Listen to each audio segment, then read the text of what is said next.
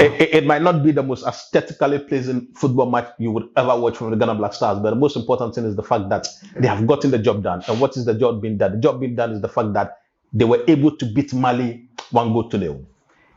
I don't know what you think. I don't know how you saw the match. But to me, as a pundit, to me, as somebody who follows football, the most important thing is getting the job done.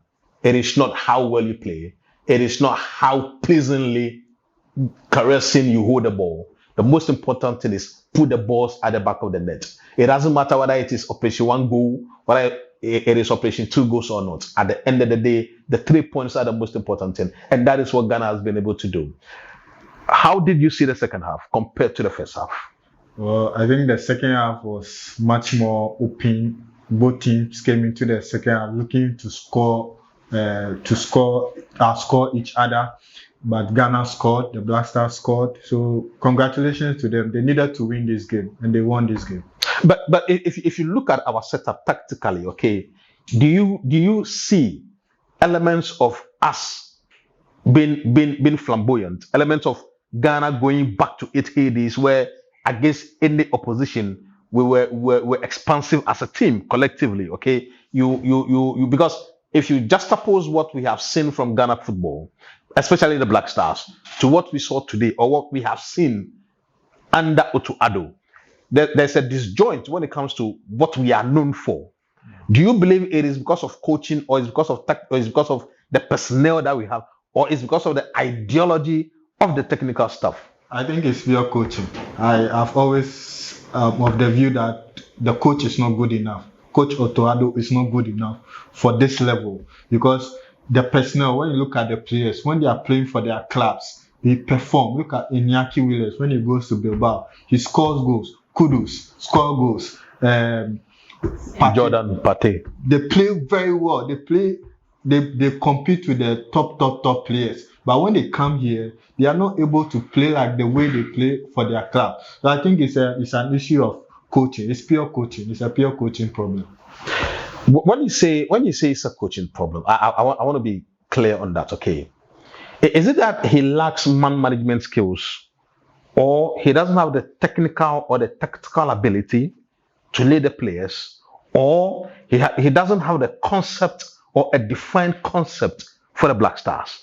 What exactly is he lacking? What exactly do you see from him that is making him inept at this level? I think he lacks everything a coach should have. A coach at the top level should have. I mean, when you ask people what is the playing style of Coach Otto Addo, I think if you ask Ghanaians, a lot of people will not know. When you look at the top coaches, when you look at Pep Guardiola, what is his playing style? Everybody can see Pep Guardiola's playing style. What is the playing style of Anslot? Everybody can tell you the playing style of Anslot. But Coach Otto Addo doesn't have.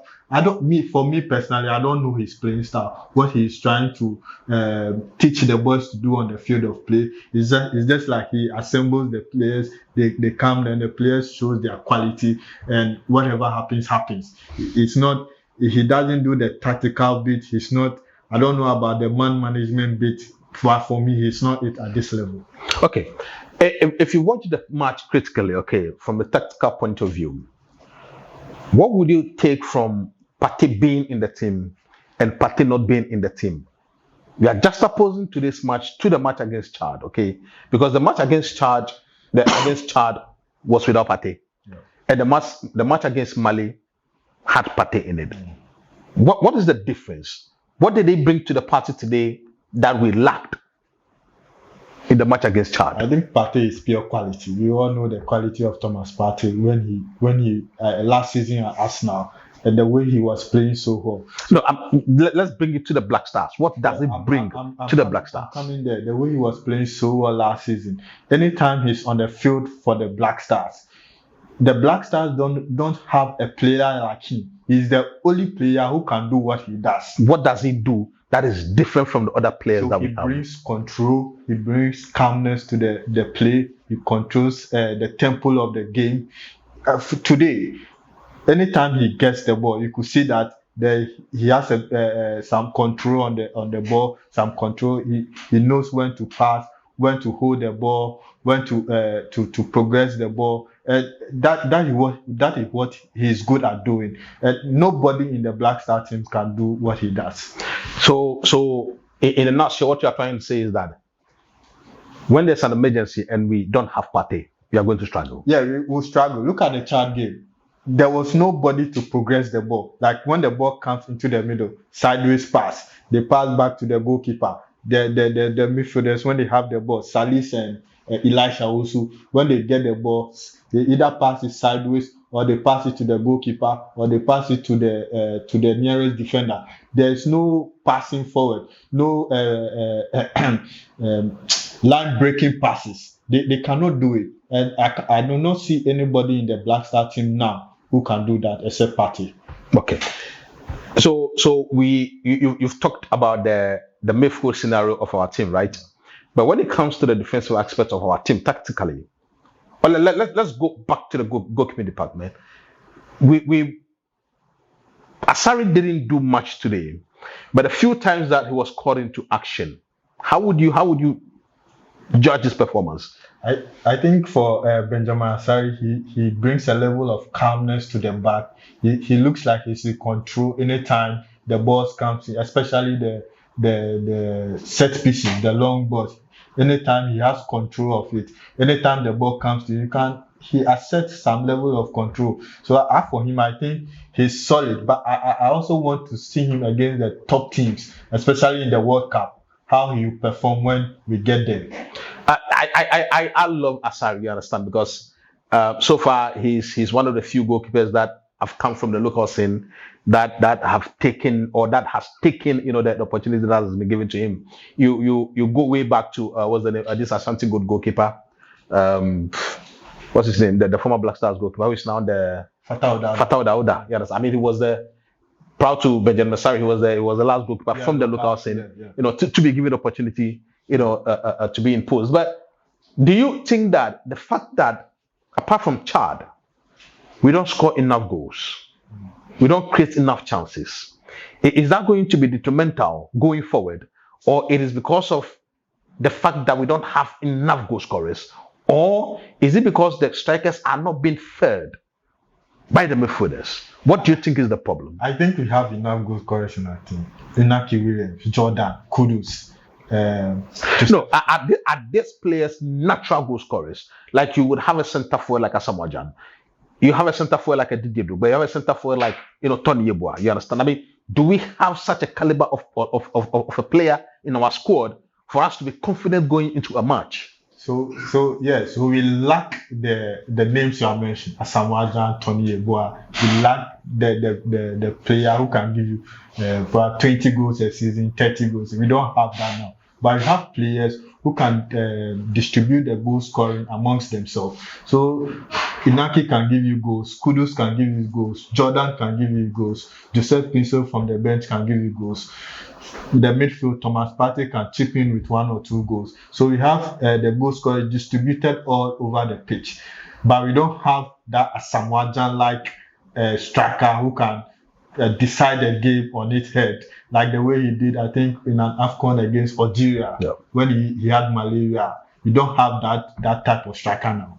So it is, in totality, it's an indictment on our football, an indictment on our league football. Because if we have 18 teams, right, in the local league, and we can produce a striker who is qualified enough to be banging goals for the Black Stars, then it means that we are not doing something right.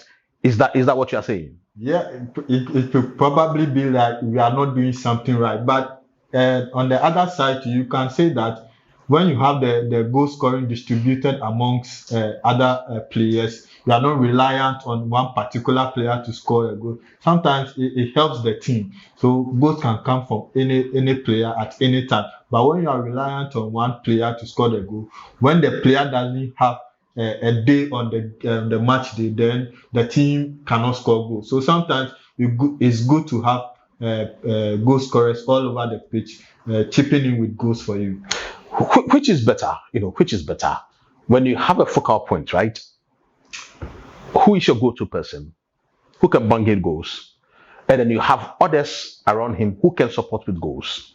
Or the goals are equally or evenly distributed among the squad. Do you understand? Which is better? Do you think having a focal point where you know at the end of the day is going to get you a goal, and then you have a supporting cast chipping in with goals, or you don't have that focal point is going to get you goals, but you have a cast that can evenly distribute their goals? It's a very tricky one. But for me, I think I'll go for a reliable striker who can give you 10, 15, 20 goals, and he has a supporting cast who can also support him with some goals. Because when you have that reliable, because I think on the pitch, at every department, you have to have someone you can rely on, someone who can command every department. So when you have a goal scorer who can command the striking department, then I think you are good to go. You know that going to the game, at least this man will give you a goal or two. Right. So finally, is it locked in that Ghana is going to qualify for the World Cup? Well, it's looking so, because now I think they are 3 points above Madagascar. Yeah. I think we are left with two qualifying two matches. One against Central African Republic and one against Comoros. So I think these are winnable games for them to navigate their way to the World Cup. So for me, I think Ghana to the USA, Canada, and Mexico. Okay. Ghana to USA, Canada, and Mexico. Here we come. At the end of the day, Ghana won, Mali 0. It was a difficult match. It was a really, really tough match. We had a scare sometimes, but Benjamin Sari and the guys were able to hold the fort very, very well. We just hope that in our subsequent matches against Comoros and then Madagascar, Central African Republic, we go out there and then get the job done. Because I cannot have enough reason for Ghana not qualifying to the World Cup in America, Mexico, and Canada. We are grateful for your time and the privilege to have you with us. We'll see you next time.